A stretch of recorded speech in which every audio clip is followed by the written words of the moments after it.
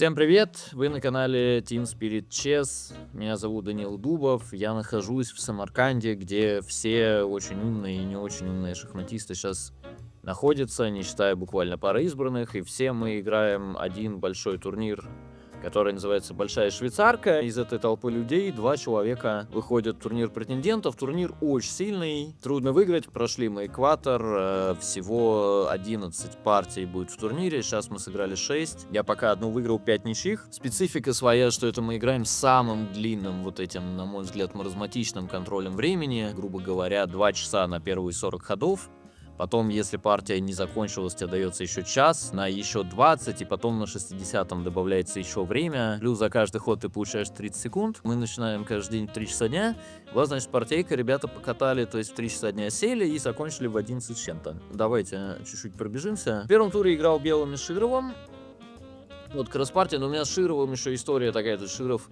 имя сейчас, может быть, не очень на слуху, но это великий шахматист, на самом деле. Он вышел на матч на первенство мира, очень много лет был там в топ-3, топ-5 мира. Моя вот прям такая профессиональная большая карьера началась с того, что мне было 17 лет, я был молодой подающий надежды. Я как-то играл матч с Шировым, организовали матч Дубов-Широв, 2013 год, я напоминаю. Значит, как Гудкаус уже на спаде, что, в общем, уже возраст, и все еще матч примерно равный. Широв без борьбы обыграл меня 5-1. Прошло еще 12 лет, и по-прежнему как бы не совсем понятно.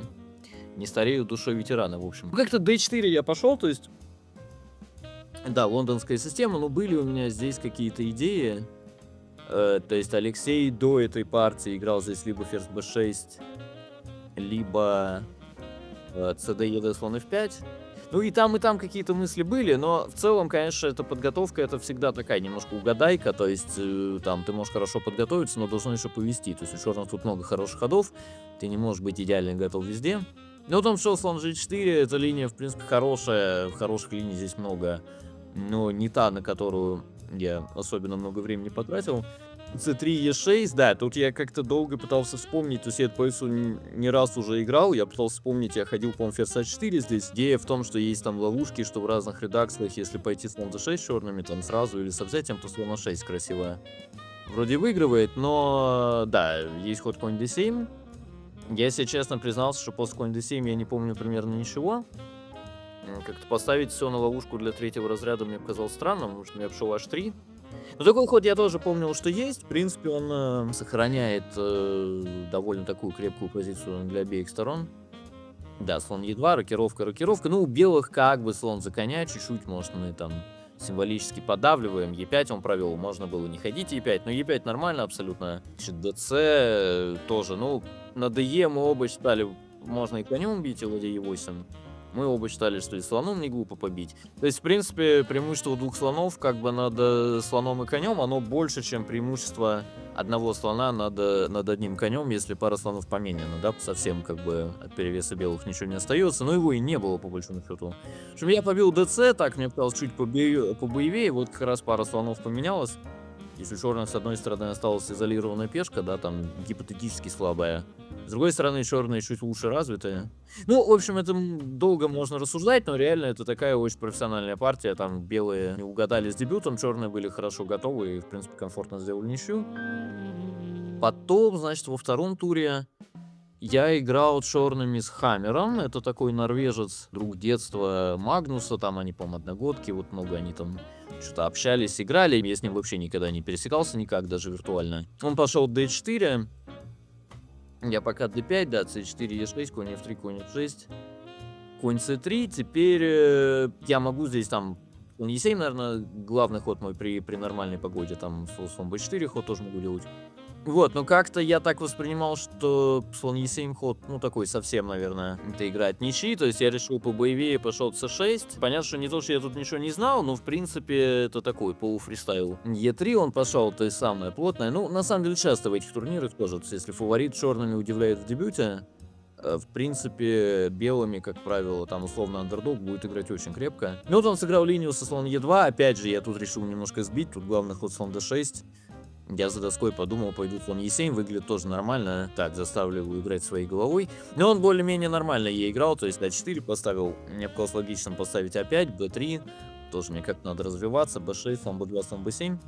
Конь d2, так, немножко вычурно, но я на самом деле потом понял, то есть у него странный немножко план, я пока сделал там полезный ход ладья e8, он шел g3, то есть я понял, что он в принципе хочет где-то пойти там слон f3, слон g2, или ладья e1, слон f1, слон g2. Если он так встанет, ну белые будут где-то пограживать e4, у меня идеи вообще не будет. Ну тут довольно логично, то есть я пошел слон b4 с идеей, что если он этот план проводит, то вроде e5 у меня складывается в хорошей довольно редакции, и как-то если он там бьет и бьет, там и уходит слоном, то конь d3 я прыгну. Ну и слон b4 ход вообще такой раздражающий, то есть как бы мешает ему этот слон, поэтому он пошел конь a2. Я пока ушел подальше, конь c3, то есть он просто повторяет ходы, намекнул, что согласен на ничью. Я пошел пока ладья c8, он ладья c1. Ну, позиция примерно равная, но я, к сожалению, просто недооценил. У меня, скажем так, нет особой идеи играть на победу, не меняя слона на коня. То есть я могу просто какой-то пас пойти, но он пойдет свой там ладья e1, слон f1, g2 поведет. То есть мне все равно надо будет что-то решать там в связи со слон b4, конь a2. И я, в принципе, рассудил, что у меня нет здесь идеи игры на победу, если я не бью на d2. И вот я про эту позицию думал. И я, честно говоря, неправильно ее просто оценил. То есть она у белых нормальная абсолютно после ферзь d1. Но я, честно говоря, даже не понимал там что-то вот типа f3, например. Например, cd, ed. Мне казалось, у черных позиция едва ли не подозрительная. То есть где-то конь c3, конь b5 белые ведут. И я, честно говоря, не очень понимал. То есть помимо того, что я не был уверен, что у меня не хуже, но я не очень понимал просто, за что я все это делаю, то есть где моя там какая-то атака. Ну, на самом деле, тут где-то e5 можно ходить везде, я это как-то как класс недооценил, все e5, de, почему-то вариант везде обрывал, считаю, что у белых хорошо, на самом деле не обязательно это так, и реально ферзь d1 тут белый надо ходить. Не хуже у белых, но ферзь d1 не самый такой очевидный ход. Но я вот с другой стороны, да, я недооценил позицию черных после c5. И в общем в партии я просто пошел слон f8. Конь c3, слон b4, конь a2, слон f8. Не будоражит фантазию. Партия. Значит, третий тур да, вот это, конечно, партийка, это что-то с чем-то, значит. Я играл белыми с французским шахматистом Лагардом. Понятно, что пока ты делаешь ничьи, ты, в принципе, получаешь людей с плюс-минус одним и тем же рейтингом. Но все-таки моими глазами, ну, Широв, безусловно, очень сильный, то есть Широв ты не можешь контролировать, и не так мало лет уже, но, в принципе, если у него будет хороший день, ты с этим ничего особо не сделаешь. Хаммер, как бы, ну, не самый, честно говоря, наверное, сильный представитель вот людей в этом рейтинговом диапазоне, но черными трудно играть на победу. И тут вот я получил Лагарда, ну, понятно, что шахматист хороший, но как бы у нас белый, и все-таки это не Широв. Е4 я начал, мне что-то надоело, я подумал, что Е4 повеселее. Да, но эта партия, то есть c5, конь f3, e6, c3, как-то я немножко эту линию готовил, хотя это не было прям планом А. Чуть-чуть, да, у меня тут представление было. Конь c6, но аккуратнее d5, по-моему, начинать. Значит, рокировка. Тут, в общем, я не буду рассказывать почему, чтобы не выглядеть совсем дебилом, но, в общем, так получилось, что как бы главной линии моей подготовки он избежал. И, в общем, здесь я уже играл как бы сам. Ну, слон a4 логично пойти, да, то есть пешка на e5 висит. Значит, слон d7. Ну, он странно довольно партию увел. Я не буду комментировать там. Ну, ферзь c7, наверное, лучше было. Но нам интересно больше, наверное, как бы, почему я такой дебил. Значит, я побил на c6. Нормально, bc, d3. То есть у него конь на g4 немножко заблудший такой, я мог h3 начать. Ну, на самом деле, примерно одно и то же получится, h3. Теперь был вообще-то ход h5. Я, честно говоря, как-то об этом особо не думал. Мне казалось, что, ну, там, ферзь b3 просто побил. Но h5 ход был, наверное, лучший. Он пошел конь h6. Я поменялся, ферзь бьет d3, ну такая позиция, у черных два слона за двух коней, что в принципе хорошо, но с другой стороны у черных как бы хронические проблемы с королем, да, потому что если там короткую рокировку сделать, как в партии, то тут какая-то структура ослабленная, то есть пешка на g7 или на g6 бы не помешала. В ту сторону тоже страшно, то есть пешки b7 нет. Ну, опять же, он играл странно немножко, то есть он пошел ферзь b6, я там радостно пожертвовал пешку на b2. Ну, можно было ладья b3 начать, здесь я пошел конь f1, тоже нормально, то есть у меня конь идет реально на g3, на h5. Казалось, что бить на b2 в этом смысле странно, потому что он скрыл линию b, теперь там длинную рокировку он не может сделать даже теоретически. Ну, здесь надо было c5 ходить, он сделал еще довольно странный ход слон g7. Не осталось совсем выиграно, конь g3, рокировка, конь h5. Я, в принципе, считал, что партия закончилась. Король h8. Ну и вот здесь начинается идиотизм, то есть, во-первых, я, конечно, хотел пойти изначально конь f6. И, в принципе, я эту позицию оценивал, что просто у меня абсолютно выиграно. То есть мне главное коня на e5 поставить. Да, я не знаю, ферзь d6, там можно ферзь e3 пойти. То есть как только конь на e5 встанет, у белых там, ну, помимо того, что ферзь бьет a6, где-то белые матуют, ну, просто с конем на e5. То есть какая-нибудь позиция типа вот такой там, ну... Должна быть она, в общем, выигранной. Я не знаю, там надо ли ходить f4, можно ладья b4 ладью подвести. Но с конем на e5 белые доминируют полностью, и, как правило, еще дают мат как-то сразу. Но я немножко здесь увлекся, то есть первый раз я зевнул, значит, думаю, пойду красиво ладья b7. Мне казалось, надо ходить слон c8, он так и пошел. Теперь у меня было две идеи. Одна была красивая, я думал, можно здесь конь f6 пойти. Слон бьет f6, ef. И теперь красивая штука, что если он бьет на b7, то я хожу конь e5 и очень красиво выигрываю, потому что я на любой ход хочу пойти ферзь g3. То есть, допустим, там какой-то ход делает. Я пойду ферзь g3, будет грозить ферзь g7 мат.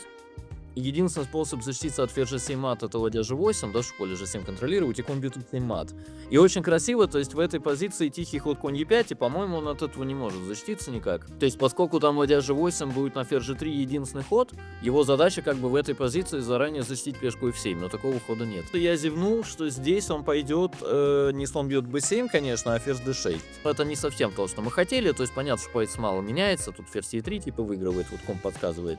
Но ферзь e3, слон бьет b7, конь e5, это уже как бы следующий уровень. То есть это опять прям такая же позиция, мы хотим пойти ферзь g3, опять ему надо защищать на f7, но тут еще складывается, появился ход ферзь c7, складывается на какое-то чудо тактики, что так, и конь g6 шах, забрали ферзя. Я бы это, может, и нашел, не будь у меня позиция настолько выигранная, но я что-то подумал, ладно, подзевнул, думаю, черт с ним, пойду ладья b4, в принципе, у меня еще ладья подключается куда-то там по четвертой. Значит, он пошел слон a6, ферзь c2, я думаю, ну ладно, там еще я где-то ладья a4 пограживаю. В принципе, ну тут пока это вроде не получается, то есть у него находится слон d3, ферзь бьет c3 и ладья c1, слон e2, какая-то странная довольно тактика. Но я могу на c5 как-то выиграть по-простому, мне казалось. По-моему, пойти, наверное, ладья g4, что ли, конь f6. Так вот. Значит, он пошел слон c4. Я, наконец-то, конь f6. Думаю, ладно, надо было сразу так пойти, не надо было ходить ладья b7. То есть я ему слона перевел как бы с d7 на c4, да? Но позиция настолько выигранная, что в целом это мало меняет. Он пошел a5.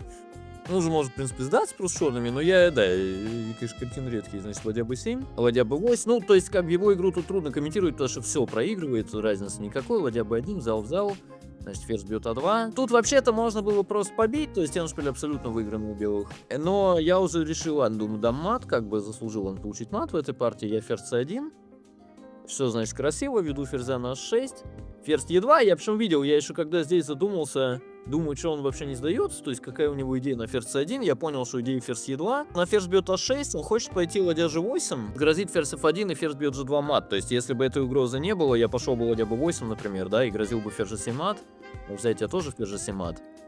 Но вот есть ферзь f1 шаг, ферзь бьет g2. Ну, ладья f7 не могу пойти так тоже, потому что шах, ферзь e5, и забрали на g5. Здесь выигрывает ход конь h4. Конь h4 ход немножко кривой, это как-то геометрически чуть странно, и главное, ну, позиция выглядела настолько выигранной, что, к сожалению, не было мотивации что-то такое сложно искать. Здесь можно же шах выигрывает ша. На fg висит на h7, но ладья b6 шах оттуда и мат. К сожалению, мне просто еще не повезло, что я типа посчитал другой вариант, который мне казалось тоже выигрывает красиво. Я посчитал такой вариант, есть ладья b2, ферзь e4, ферзь бьет а6, ладья g8. Тут изящная штука, что опять же я могу пойти ладья b8, поскольку ферзь на e4, а не на e2, хода ферзь f1 нет. И у него находится ферзь g6. То у меня пешка g на где-нибудь там на g3 или на g4 выигрывал бы очень красивый ход конь e5. Я нападаю на ферзя, своего оставляю под боем.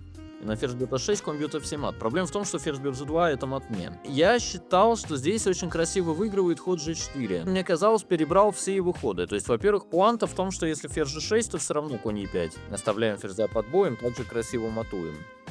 И если он снова как-то с ферзь f1 пытается связать, то уже выигрываем там конь e5, по-моему, самое простое. Если ферзь бьет f3, то тоже ходим ладья b8, и никаких там шахов у него нет, ферзь d1, король h2, мы уходим. И мы дошли до этой позиции, я в ужасе понял, что есть ход слон b5, но он просто почему-то у меня в перебор не попал, хотя я перебирал уже все легальные ходы, мне казалось. То есть надо ходить конь g5, ферзь g6, причем тут возникает такая немножко смешная позиция, что надо ходить типа h4, я об этом уже думал во время партии, но как-то мне стало уже, то есть вообще непонятно, то есть мы хотим типа пойти f4 и потом h5, если черные там, я не знаю, как-то бы ходы пропускали, мы пошли бы вот так, сбили ферзя и все-таки бы замутовали. Но проблема в том, что в какой-то момент они все-таки догадаются, наверное, уйти ладьей, и вот эта позиция типа там h5, ферзь g8, ну как-то там пешка А тоже начинает ферзи проходить, то есть уже как-то мне показалось, что ну, можно и проиграть, проигрывать эту партию я не был готов. Поэтому я чертыхнулся, пошел ладья b8, ферзь g6, то есть здесь позиция уже снова примерно равная. Перешел в этот эндшпиль, у него здесь был сильный довольно пятно, но все равно по-человечески белый давит. Нормально он как-то играл, какие-то проблемы, значит, мне удалось тут чуть поставить. Ну, да, ладья А7, там Е4 не обязательно ход, король G2. Ну, мне здесь везде, на самом деле, он чуть-чуть не точно играл, то есть я получил перевес. Мне казалось, что позиция довольно неприятная у него. Ну, на самом деле, то есть, чуть-чуть белый давит, но вроде никакого нигде выигрыша не было. То есть у него действительно такой полупад, потому что здесь, например, там ладьей на F8 не пойдешь, а законь E6 шах, на D6 не пойдешь, потому что ладья D2 и конь бьют E4, C5 не пойдешь, потому что, по-моему, ладья B5, и здесь побить можно. То есть король G8 как бы чуть ли не единственный вообще ход. Я провел C4, да, вот E3 он сделал жесткий ход.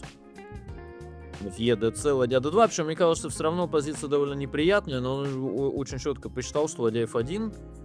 И как ни странно, у него немножко бредово стоят фигуры, но он как-то может отдавать этот королевский фланг, и пешка c просто бежит вперед. Конь e4, вот ладья c1 я недооценил, такая немножко абсурдная расстановка, я не успеваю поставить ладью сзади, чтобы пешку c держать, и реально приходится делать ничью. Да, он шел c3, согласились на ничью, потому что мне уже надо бить. Ладья 4, ладья Е3, ничейный, ладейный. То есть вот это, конечно, мега упущение по меркам игры на таком уровне. То есть это позиция, которую, ну там, в принципе, там человек из топ-100 должен компьютера выигрывать. Это как бы абсолютно там нечем играть. Это слишком выигранная позиция, к сожалению. То есть у меня как-то глаза разбежались. Потому что на самом деле вот самое профессиональное было вообще может побить, просто пойти конь Е5 и там реально король G8, конь G4. Но ферзь C1 было настолько очевидно, что это матовая атака, что как-то я не удержался. И потом вот каждым ходом зевал. Потом 4-й тур я играл черными с Андреем Волокитиным. Как-то мы с ним играли партию на аналогичном турнире в 2021 году. И в Риге я тоже играл черными, я тоже как-то очень спокойно разыграл дебют. Он играл резко на победу, какую-то спокойную позицию, оставил себе мало времени и проиграл. Я решил, в принципе, по той же схеме партию поставить. Но как-то в этот раз Андрей меня подвел, в том смысле, что время он как бы действительно немножко запустил, но ничего резкого он вообще не делал. Но это такая очень огнеупорная схема за черных, ничего тут особо не происходит. Планы я знал хорошо, как-то начал менять ладьи по линии А. То есть у черных как бы символически похуже, потому что сдвоенные пешки, и, о господи, боже мой, там где-то через 20 ходов, там, возможно, на Е6 пешка будет висеть, но реально, если минимально следить, что белые делают, висеть она не будет. Конь G4, по меркам этого дебюта, я как бы сделал ход на борьбу, что побил. То есть, если играть совсем тупо, можно пойти ферзь b7 и меняться в такой редакции. Ну, я как бы побил с идеей, что, может быть, его заинтересует. То есть, мне также надо ходить ферзь b7, ладья a8, бороться за линию А, что я думал, может быть, его заинтересует, вот G5 он пошел, его заинтересует идея убрать ладью, и потом как-нибудь ходить вот на уровне идей там, ну, типа, пойти G3, там, да, на какие-то ходы, пойти король G2, пойти ладья H1, там, конь H2, конь G4, тогда, я думал, может, у меня встречная игра появится. В целом, чтобы эта позиция сильно забоевела, это нужно большое желание двух человек. И особенно человек, который играет белыми, он сделал спокойный ход ферзь F1, на самом деле, трудно его за это как-то осудить, то есть, рискованно ему показалось убирать ладью, да, поэтому ладьи поменялись. Ну, и дальше что-то мы походили. Он с умным видом перевел, значит, ферзя, ферзь c1, ферзь h1 на g4. На этом, в принципе, идеи белых закончились. Да, и, в общем, таким логичным повторением ходов партия завершилась. В общем, нормальная, крепкая, профессиональная партия. В пятом туре я, наконец-то, разразился победой. Играл белыми с Сашей Предки. Очень хороший тоже сильный шахматист. Кстати, вот, ну, жеребьевка не подарок, я бы сказал. Ну да, как-то иногда чем хуже, тем лучше. Значит, снова Е4, как-то итальянскую я сыграл какой-то конь c3. Ну такая тут позиция интересная.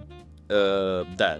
В общем, короче, вот эта позиция плюс-минус теоретическая, она есть, ну трудно ее как-то там конкретно смотреть. Есть свои плюсы у белых, у черных. То есть у белых, как правило, план, вот конь перешел на Е3, план где-то убрать коня с F3, там и где-то пытаться F4 проводить. Люди тут, кстати, часто совершают такую как бы позиционную ошибку, черными меняя этих слонов.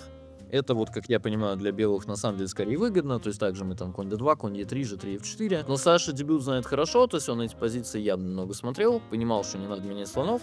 Конь e3, конь d4 он встал. Я пока поставил a4, это вроде всегда полезно. b6 он защитился от a5. Конь d2, ну вот мы в этом духе играем. То есть мое понимание было таким, что мне надо как-то медленно готовить f4, а ему, в принципе, надо пытаться какую-то контр-игру на ферзовом фланге создавать. Ладья b8. Король h1, ну тоже я делаю еще один полезный ход в плане f4, да, там b5, слон a2. То есть перед черными теперь встает вопрос, как бы главный в этой структуре, что пошли b5, что дальше, да, потому что, ну, ba там дает белым роскошное поле c4. Ну вот Саша на самом деле хорошо отвечает на этот вопрос, он, значит, пока ходит ферзь d6, чтобы не было хода f4 у меня. Ну, надо как-то готовить f4 дальше, то есть на g3, слон h3 он пойдет, наверное. Вот, поэтому я пошел f3, это тоже типичный в этих позициях прием, что как бы не надо торопиться, можно там ладья f2, ферзь f1. Он пошел g6, король g7, тоже логично, усилился, значит, ферзь f1. Снова я пригрозил f4, ну вот Саша ходит конь h5, вынуждает g3 и c4. Ну вот это мне тоже казалось очень логично на самом деле, то есть это такая жертва пешки, я побил АБ. Ну, во-первых, тут был немножко унылый ход СД, как бы и какой-то тут эншпиль похуже играть. Но, конечно, он не с этой идеей ходил, то есть он АБ побил. Идея в том, что на ДЦ так пожертвовать пешку, пойти b4. У белых действительно лишняя пешка, но эта пешка сдвоена. Это пешка c4, она как бы перекрывает там нашего слона. У черных, наоборот, в принципе, все фигуры стоят неплохо, конь очень красивый в центре. Ну, то есть компьютер тут как-то ходит, типа конь b3, там примерно c5, и как-то партия дальше идет, но я не знаю, мне не хотелось с таким слоном на 2 играть. И я пошел c5, ход по-шведски, мне кажется, самый естественный. Значит, ферзь бьет c5, ферзь c4. Ну и вот здесь такая первая, мне кажется, ошибка вот за партию его, что надо было ходить, я ему, кстати, сказал, после партии ферзь f8, жертвовать пешку на c7, и здесь вот делать какой-то ход, там, либо ладья a8, либо какой-то ход слоном. По-разному можно ходить, но, в принципе, даже, например, ладья a8, мне не нравилось, что как-то уже подвисает вообще там слон e6, какая-то связка по линии А. То есть как тут c3 надо ходить, ну тоже там bc, конь b5. Можно ходить и не ладья a8, а как-то тут комп советует слон h3, что ли. Тоже нормальный ход, там где-то ладья, потом можно на c8 пойти. Ну, в общем, жертвовать пешку надо было. А Саша побил на c4, то есть он как-то недооценил изначально этот эншпиль, он мне сказал. Я как раз наоборот, то есть приободрился. Эншпиль, мне кажется, нифига не равный. За счет того, что пешка на b4, у меня тут куча полей для фигур. Слон f1 я пошел, то есть опять же по-разному мы оценивали, то есть он как бы считал, что ладья s7 надо ходить. Мне не нравилось ладья a8, ладья 1. И что типа у черных контр-игра, кстати, ну комп считает, что примерно равноценно, и слон f1, и ладья 7. Но просто слон f1, опять же, Саша считал, что как бы совсем ничего нет. Я наоборот считал, что ладья 7, ладья 8, я даю ему какие-то активные фигуры, а слон f1 как бы я комфортно давлю. Да, ладья 8, король g2, то есть потихоньку я как-то вывел фигуры. Надо было, наверное, конь d7 вставать. Но вот он как-то конь c6, он как-то не почувствовал опасности здесь. Ладья d1, ладья b8, король f2. Я потихоньку подвожусь. И на самом деле, ну, уже неприятная позиция. То есть у черных все крепко, но проблема в том, что если у белых найдется план, у белых может стать выиграно просто. Белые могут где-то g4, h4 ходить, пользуясь тем, что на g5 конь f5 будет. Он нашел интересную довольно расстановку. Я ее, кстати, после партии обругал. Повел как-то ладью на c5. Конь d4, может, немножко не точно. Тут мы что-то зевали, ладья c8. Ну, не зевали, но ладья c5, наверное, надо было начинать. То есть, да, конь e6. Я один раз повторил и пошел b3. Вот тут уже позиция вроде стала выигранной. Король h7, ну тоже я не буду вдаваться. В общем, здесь какой-то еще цейтнот. Я повел коня на d3. Сильнее было там как-то по-другому, но, в общем, более-менее логично я играл. Были ошибки, но, в принципе, белые продолжают там сильно давить. Конь перешел на d3. H5, король e3, то есть я как раз обрадовался, что поле e3 для короля у меня появилось, еще чуть после я улучшил. И вот король f6, f4 я провел. И вот здесь конь бьет f4, мы оба считали, что у белых позиция, наверное, близко к выигранной. На самом деле у белых действительно большой перевес, но черная, наверное, держится. Он шел ладья b7. Ну и тут, как обычно, вот чем хуже, тем лучше, да? Я пошел конь a5, надо было с конь d5, наверное, начинать. Ну, то есть конь a5 мы зевнули оба, что можно пойти ладья b8. То есть мы оба как бы посчитали, что можно типа побить, пойти конь d5, и что на b4 пешка висит. Это действительно правда, но проблема в том, что тут черные куда-то там бегут королем и создают довольно сильную контр-игру, и у них вообще не хуже. Король g1, конь d4, конь f3. Он пошел ладья b5, можно было конь d5 ходить, я поставил конь c6, h4. Тут я, честно говоря, вообще перестал понимать, что он делает. То есть я не понимал ни что будет на коне e6 фе GH, ни на GH, по-моему, сразу я не понимал, что будет. Ну, то есть у белых большой довольно выбор здесь. Пока я играл более-менее нормально, хотя альтернативы были, но вроде я не выпускал. Значит, я решил забрать уже на b4 эту пешку многострадальную. Конь e5, ну, а g, наверное, надо было пробовать. Но он так решил, значит, конь g4, конь h2. Конь А6, в общем, ну у нас лишняя пешка, и по идее там на ферзевом как-то мы должны в итоге себе проходную организовать. Ну я, собственно, и организовал. В общем, все шло неплохо. И тут, значит, 53-й ход. У меня приближается цейтнот, и надо посчитать вариант. Это непосильная абсолютно задача оказалась.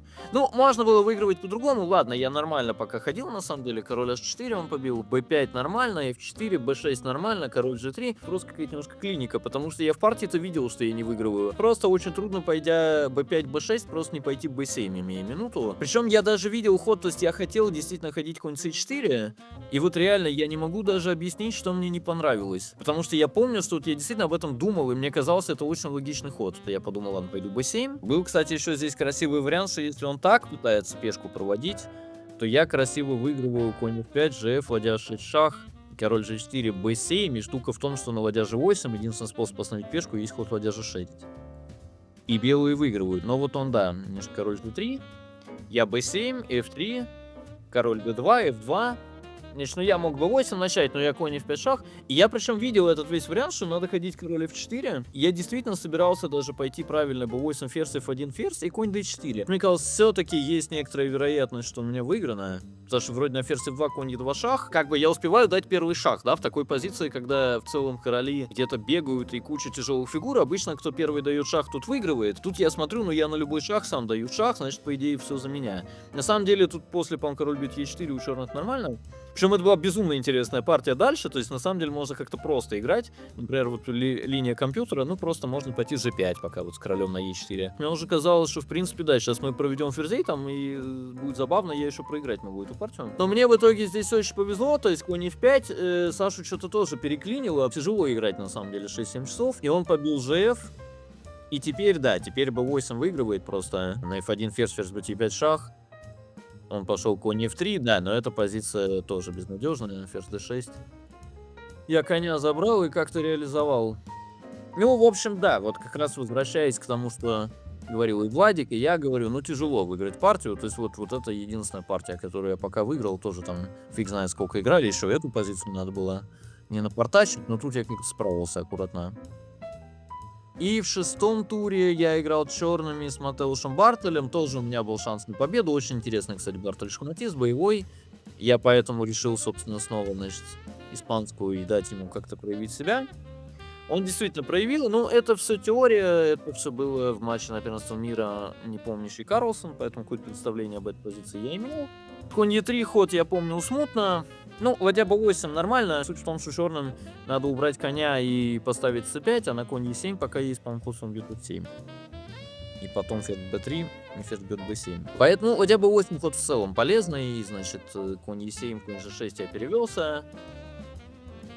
c5 пошел, в общем, черные получили неплохую победу с дебюта, он пошел b4, это мне казалось интересная жертва пешки, действительно, я бы на то, что пошел. Да, слон бьет e4, слон a5, то есть жертва в этом, белые получают двух слонов. Мне, как бы, я с уважением относился к тому, что он сделал, то есть компьютер тут советует как-то ферзь c8, конь e3, ферзь c5, слон d2, хотя я считал этот вариант, конь f4, конь g4, мне казалось, что у меня здесь... каких-то реальных шансов на победу особо нет. Может быть, я пошел как-то, опять же, скорее под него. Ферзь d7, конь b6, ферзь d8, то есть конь c4 он мог ходы повторить, но я бы думал, зная Бартоля, я понимал, что он скорее какой-нибудь ход на победу сделает. Ладья b1, вот он пошел, и d5, да, неприятный довольно ход. И держится тут все на том, тут красивая идея, что если бить, то, казалось бы, черным трудно все защитить, но есть ресурс конь h8, единственный ход, и черные выигрывают. Это важная идея довольно, он пошел g3. Ну и вот здесь у меня был выбор из ладья e6 и слон c5. Я, к сожалению, не угадал, но проблема в том, что я считал вариант слон c5. И я тут долго считал какой вариант. Значит, конь d5, ферзь a5, конь f6, gf, ферзь f6, конь h8, ферзь бьет h6. То есть у белых на самом деле две пешки за фигуру. Ну, это как бы было бы правильно, если бы не очень сильный ход ладья b6, который я не досчитал. То есть черные тут выигрывают вот именно благодаря ресурсу ладья b6. И что там ладья в вариантах переходит на f6 или g6. Но на самом деле после конь c4 у белых жизнь налаживается. Взяли, ферзь e8, конь b6. Я возлагал свои надежды, то есть я пошел здесь с идеей слон c5, так в партии и было. На самом деле надо было уже e4 ходить. Но здесь как бы взяли, ферзь e2, ладья c6, конь c4, то есть там львиную долю перевеса черные выпустили. Я, честно говоря, такую позицию вообще оценивал как, ну, как бы нормальную для белых. Я понимал, что только что мы были близки к победе, и я думал, может быть, я все еще выигрываю. То есть и у меня была вот идея выиграть ходом слон c5, но я тут, к сожалению, недооценил, то есть я тут долго проверял, что конь d5, ферзь a4, нет никакого у него здесь мата. То есть сейчас, когда я смотрю на доску, я даже не понимаю, какой мог бы быть мат. Но меня тут что-то, ну, какой-то слон f7, например, мне кажется, что важно, не проходит. Потому что если бы я, например, бил, то он мог бы как-то так пойти забрать потом ферзя. Но да, я посчитал, что я сначала ферзя уберу. И ладья бьет f3 вроде выигрывает. Как-то я больше беспокоился о том, чтобы мне где-нибудь мат не дали. И я абсолютно забыл, что после слон бьет d5, то есть слон бьет b6, я как бы посчитал, что взяли. Черных, наверное, ну, близко к выигранной позиции. По крайней мере, я так думал. Если ладьей побить, то примерно то же самое. То есть тоже, ну, здоровая пешка. И я что-то забыл, что есть ход слон бьет e6, слон бьет опять, слон c4. Я как-то ее просто по дефолту оценил, что типа у меня две фигуры за ладью, есть ход e4. Вот это я, короче, забыл, потому что две фигуры за ладью обычно, конечно, в таком соотношении у меня были бы огромные шансы на победу или вообще решающий перевес. Но вот здесь немножко другая редакция, да, поэтому пришлось пойти ладья d6. Он ушел слон на 2, да, и снова у него стало нормально. e4, ферзь f5, да, мне пришлось бить, да, забрал я эту пешку на 4, но благодаря двум слонам у белых вполне достаточно компенсация здесь. Ну, была вот еще красивая ничья, можно было так ее сделать. Вечный шах такой. Ну, я пошел, типа, из последних сил, изобразил ферзь a1, король g2, конь e5. Он шах-шах, я ушел на h8. Попытался его испугать тем, что, типа, может, я конь g8 здесь пойду. Но на самом деле трудно тут белыми испугаться, можно ферзь b6 побить. Поэтому, когда он снова так пошел, я понял, что уже пугать нечем. Пошел король h7, и мы согласились на ничью из-за повторения. Ну, такой, в общем, турнир пока сложный, вязкий. Какие-то поводы для сдержанного оптимизма, в принципе, есть. То есть голевых моментов по меркам этого турнира у меня много. В принципе, играть интересно. Главное, чтобы там, вот я говорю, не остаться там до 11 вечера. Но у меня, слава богу, пока вот длинная была, по-моему, только вот эта партия, которую я выиграл, вот самая длинная. Силы есть, финишный рывок, я не знаю, удастся или нет, но, в общем, попробуем. Посмотрим, что будет дальше. Надеюсь, обзор более-менее понравился. Team Spirit Chess, друзья. Подписывайтесь, ставьте лайки, смотрите видео Владика и болейте за нас.